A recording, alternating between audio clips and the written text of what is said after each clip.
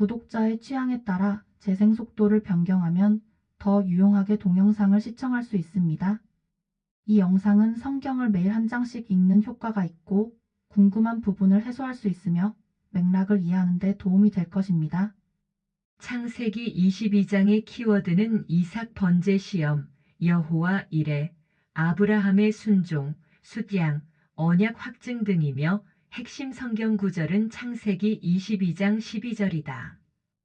창세기 28장의 키워드는 베델 환상, 사닥다리, 야곱의 서원, 하나님 계시, 돌베개 등이며 핵심 성경 구절은 창세기 28장 15절이다.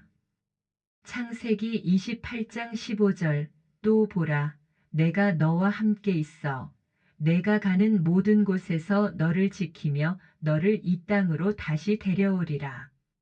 내가 내게 말한 것을 행하기까지 너를 떠나지 아니하리라 하시니라.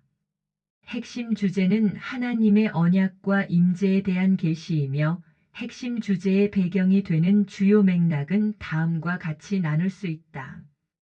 이삭의 축복과 야곱의 도피, 에서의 결혼 전략, 야곱의 꿈, 베델에서의 계시, 1. 이삭의 축복과 야곱의 도피, 창세기 28장 1절부터 5절. 이삭이 야곱을 불러 그를 축복하고 또 그에게 명하며 그에게 이르되 너는 가나안의 딸들 중에서 아내를 취하지 말고 일어나 밧단 아람으로 가서 내 외조부 부두엘의 집에 이르러 거기서 내 외삼촌 라반의 딸들 중에서 아내를 취할지니라. 전능자 하나님께서 내게 복을 주셔서 너를 다산하게 하고 번성하게 하사 내가 수많은 백성이 되게 하시고 아브라함의 복을 내게 주시되 너와 및 너와 함께한 내 씨에게 주사 내가 하나님께서 아브라함에게 주신 땅 곧 내가 나그네로 거하는 땅을 상속받게 하시기를 원하노라 하니라. 이삭이 야곱을 보내매 그가 밧단 아람으로 가서 라반에게 이르렀는데 라반은 시리아 사람 부두엘의 아들이요 야곱과 에서의 어머니 리브가의 오라비더라. 이삭은 야곱을 축복하며 가나안 여인과 결혼하지 말고 외삼촌 라반의 집으로 가서 아내를 얻으라고 지시한다. 이삭은 아브라함의 언약적 축복을 야곱에게 전한다. 하나님께서 아브라함과 맺으신 언약이 이삭을 통해 야곱에게로 이어진다. 야곱은 하나님의 언약을 유지하기 위해 신앙적 관점에서 아내를 선택해야 한다. 야곱은 아브라함의 복을 상속받고 떠나지만 사실은 도피 수준이므로 그 여행길이 매우 고달프다. 훗날 지팡이 하나만 가지고 요단을 건넜다고 회상한 것을 보면 당시의 상황이 얼마나 긴박했는지를 짐작할 수 있다. 이 에서의 결혼 전략 창세기 28장 6절부터 9절.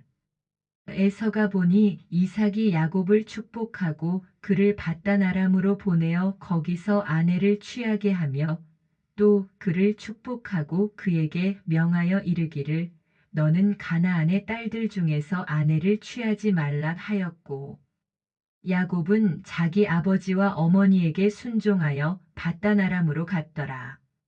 또 에서가 보니 가나안의 딸들이 자기 아버지 이삭을 기쁘게 하지 못하므로 이에 에서가 이스마엘에게 가서 자기가 소유한 아내들 외에 아브라함의 아들 이스마엘의 딸이요 느바요의 누이인 마할랏을 취하여 자기 아내로 삼았더라.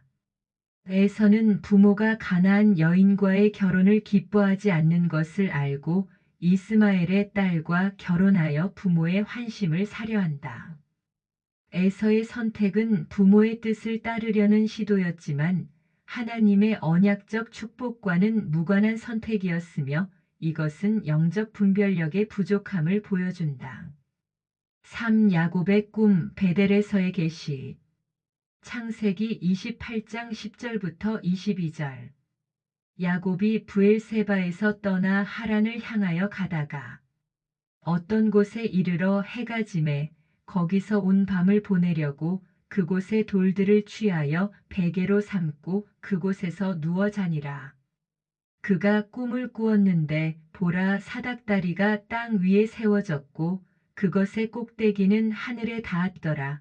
또 보니 하나님의 천사들이 그것 위에서 오르락 내리락 하더라. 또 보라 주께서 그 위에 서서 이르시되 나는 주니 곧 내 조상 아브라함의 하나님이요 이삭의 하나님이니라.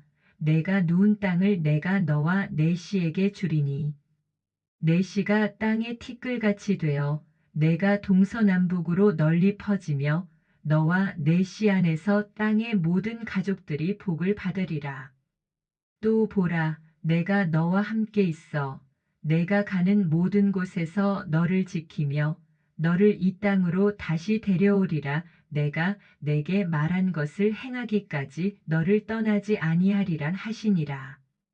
야곱이 잠에서 깨어 이르되 주께서 분명히 이곳에 계시거늘 내가 그것을 알지 못하였도다 하고는 두려워하여 이르되 두렵도다. 이곳이여 이곳은 다름 아닌 하나님의 집이요 하늘의 문이로다 하고 야곱이 아침에 일찍 일어나 베개로 삼았던 돌을 가져다가 기둥으로 세우고 그 위에 기름을 붓고 그곳의 이름을 베델이라 하였더라.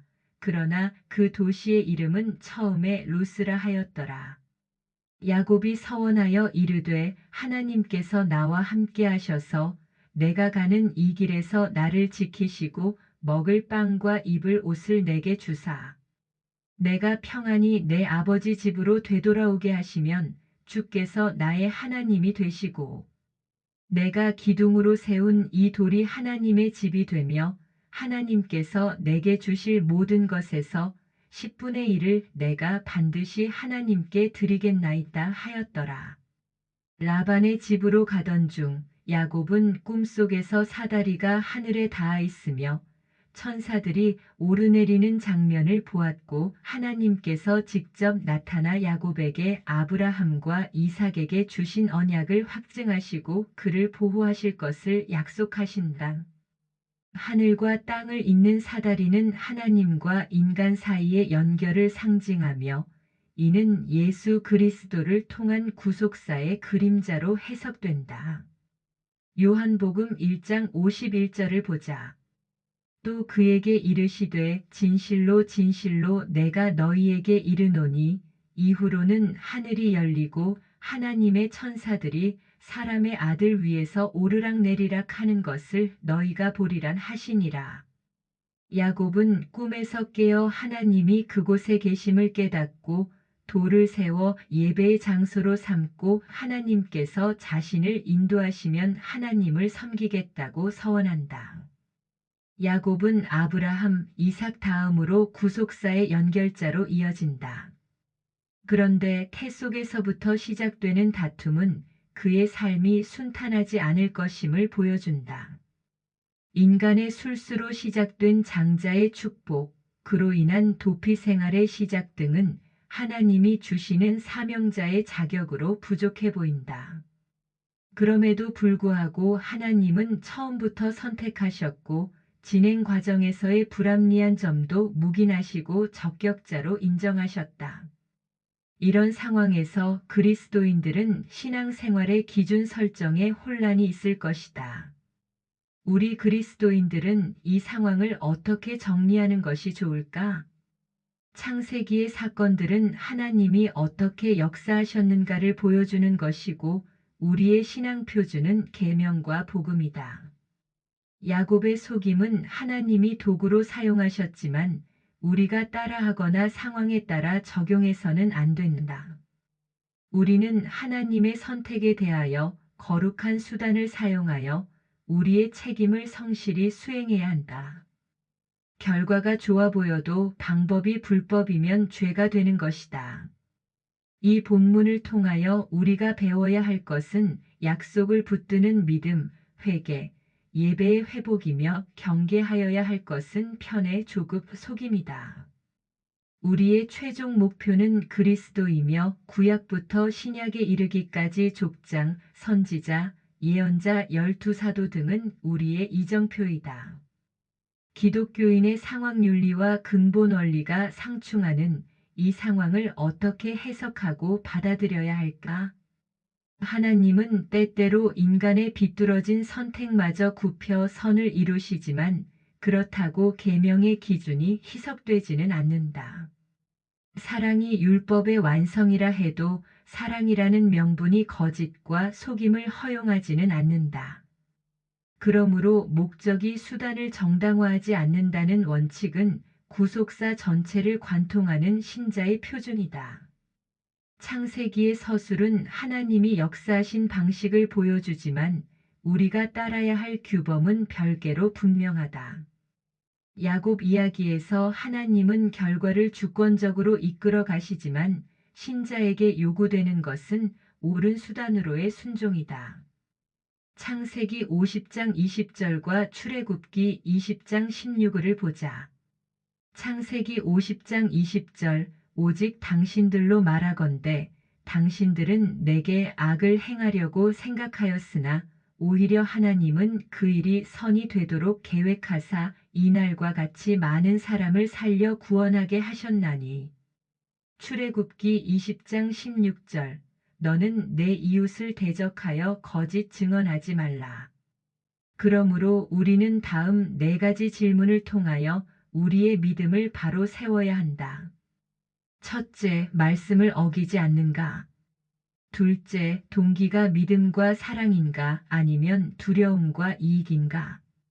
셋째, 정직, 인내, 기도가 내재된 수단을 사용하는가?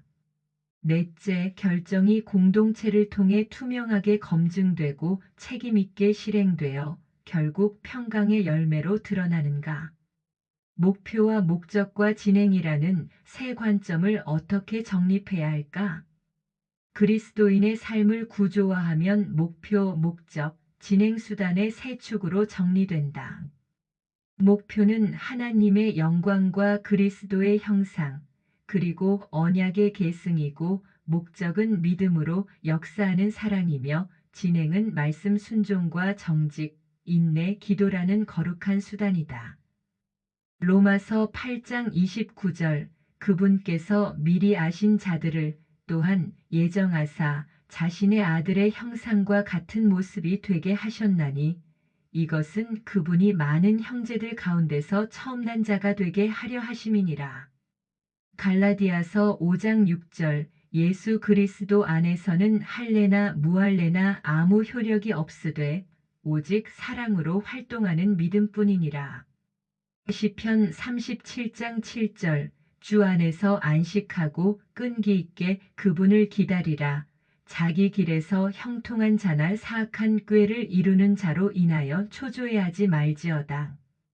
그러므로 그리스도인들의 삶 속에서 목표와 목적과 실천은 서로 일치하여야 하며 하나님의 섭리를 따라가는 우리들은 그 섭리에 합당한 거룩한 수단으로 동행해야 한다. 이 영상은 성경을 매일 한 장씩 읽는 효과가 있고 궁금한 부분을 해소할 수 있으며 맥락을 이해하는 데 도움이 될 것입니다. 아멘. 주 예수여 속히 오시옵소서. 더 널리 알리기 위하여 구독, 좋아요를 부탁드립니다. 감사합니다.